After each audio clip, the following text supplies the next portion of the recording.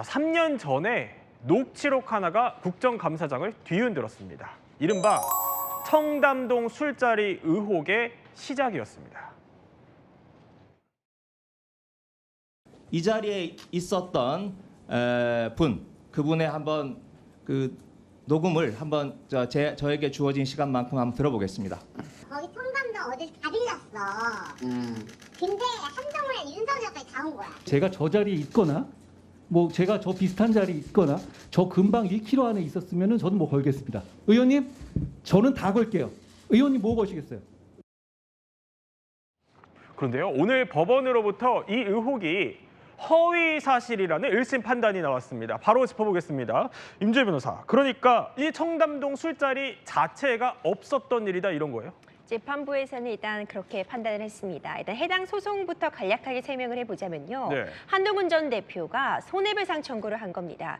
그 대상은 김의겸 새만금 개발청장과 온라인 매체 대표 등을 상대로 해서 지금 앞서 살펴보았던 이 국정감사에서 지금 재생이 되었던 이 내용들 관련해서 이제 온라인 매체의 보도 등 때문에 이런 가짜 정보로 인해서 명예훼손의 피해를 입었다고 하면서 10억 원의 손해배상 청구 소송을 냈거든요. 오늘 1심 판단이 있었는데 이 중에서 일부, 그러니까 8천만 원 가량의 손해배상 청구가 인정되는 판단이 내려졌습니다. 그 근거로 재판부가 언급한 이야기를 그대로 좀 전해보자면요. 지금 청담동 술자리가 존재했다는 사실을 뒷받침하기 위해 제출한 그 소명 자료들만으로는 진실이라고 인정하기 부족하다면서 이 청담동 술자리가 존재했다는 사실은 허위라고 봄이 타당하다라는 판단을 내린 것입니다. 그런데 이남일 기자, 아까 그 국정감사장 저희 영상 보긴 했지만 그때 그러니까 술자리를 증언하는 듯한 녹취가 존재는 하거든요. 한 여성이 바로 첼리스트예요. 근데 그 여성의 목소리를 전 남자친구가 녹음해서 해당 매체와 이제 김의겸 의원실에 제보를 한 것으로 보입니다. 그래서 이 여성이 말했던 목소리를 근거로 그 술자리에, 청담동 술자리에 한동훈 전 대표 또 윤석열 전 대통령이 있었다, 이렇게 의혹을 제기한 건데요. 이 녹취 발언 당사자인 첼리스트는 법정에서 이렇게 얘기를 했어요. 나는 태어나서 윤석열 전 대통령, 한동훈 전 대표 한 번도 직접 본 적이 없다. 그러니까 그때 말이 거짓말이었다는 건데, 왜냐하면은 당시 귀가가 늦었는데 좀 핑계대다 보니까 그러니까 남자친구한테 거짓말을 했었다. 이렇게 얘기하면서 결국은 이 술자리가 없었던 것으로 재판부는 판단한 것으로 보입니다. 그러니까 결국엔 상황을 좀 모면하기 위한 거짓말이 여기까지 온 셈이기도 한데, 자, 1심 재판부는요, 오늘 이렇게 판결을 하기도 했습니다. 그러니까 의혹을 진실이라고 믿을 만한 이유가 있었다는 점은 인정이 안 된다. 그러니까 저 거짓말을 믿을 만한 이유가 없었다, 이런 얘기예요. 그렇죠. 그럴 만한 이유가 없다는 점이 강조가 됐습니다. 물론 100% 진실이라는 것이 과연 존재할지 이런 철학적 질문을 던질 수도 있고요. 그 외에 완전하게 어떤 조사가 되지 않았어도 보도할 수 있는 그런 부분들은 있겠죠. 그런데 문제는 어느 정도 합리적인 근거를 가진 어떤 언론 표명이 아니었던 것다는 겁니다.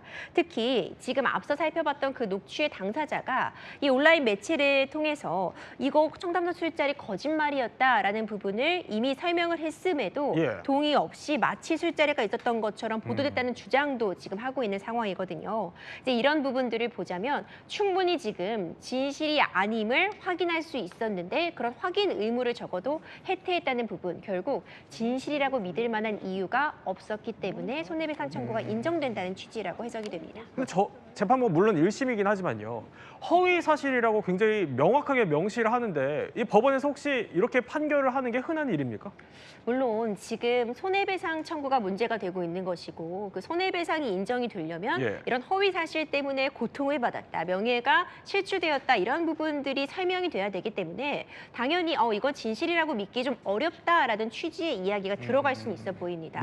이제 이번 사안도 그런 취지라고 보여지는데, 일단 이 재판부에서는 사실 그 청담동 술자리 자체의 존부를 다투는 재판은 아니었어요. 거기에 갔다고 해서 그 자체가 범죄가 되는 것도 아니고 안 갔다고 해서 뭔가가 입증되는 건 아니지만 적어도 이것을 갔다는 것 자체가 허위로 볼 정도로, 진실이라고 믿지 않을 정도로 충분한 어떤 근거들이 있었는데 제대로 살피지 않았다는 측면을 강조하면서 허위다라는 부분을 언급한 것이라고 볼 수 있습니다. 그런데 잠깐 아까 이제 영상에서 봤던 게 그 국정감사장에서의 의혹 제기였는데 이 부분에 대해서 법원은 뭐라고 합니까? 그 부분은 또 문제가 되지 않았습니다. 오. 이 국정감사에서 하는 발언은 예. 면책특권이 부여되어 있습니다. 면책이요. 그렇죠. 이제 국정감사가 왜 하는지를 생각해 보자면은 어떤 문제 제기를 하고 이에 대해서 자유롭게 좀 의견도 개진할 수 있고 조사를 할 수 있는 그런 과정이기 때문에 이 국정감사장 자체에서의 발언이 문제된 것은 아니고 또 모든 언론 보도가 다 손해배상 청구 대상으로 인정된 것도 아닙니다. 일단 내 의견 표명의 경우에는 또 문제가 없다고 보았거든요. 그러니까 허위 사실 적시에 의한 명예훼손, 그에 따른 손해배상이기 때문에 단순히 내가 이에 관련된 의견 표명을 한 부분에 대해서도 손해배상이 인정되지 않았습니다. 자, 어쨌든 의혹이 터진 지 이제 한 3년여 만에 1심이 나온 거고 이게 허위 사실이라는 결론이 나온 건데 아니 그러면 이제 한동훈 전 대표와 김의겸 청장도 입장을 내놨을 거 아니에요? 그럼요. 한동훈 전 대표 이 소송 결과가 나오자 SNS에 입장을 올렸습니다. 민주당한테 사과해라 이겁니다. 아주 저질 가짜뉴스, 터무니없는 이 허위 사실을 바로 이렇게 공공연하게 공표를 네. 하고 했는데도 민주당은 이제 정확하게 사과를 해야 된다. 그러면서 이 얘기를 했어요. 이재명 대통령이 가짜뉴스 엄단해야 된다. 징벌적 손해배상을 하겠다. 이런 얘기를 했는데 이번 사안에 대해서는 어떻게 생각하냐? 이렇게 되물으면서요. 그런데 엄단 대신 김 전 의원한테 새만금 개발청장 자리를 줬네? 이런 반응을 보였습니다.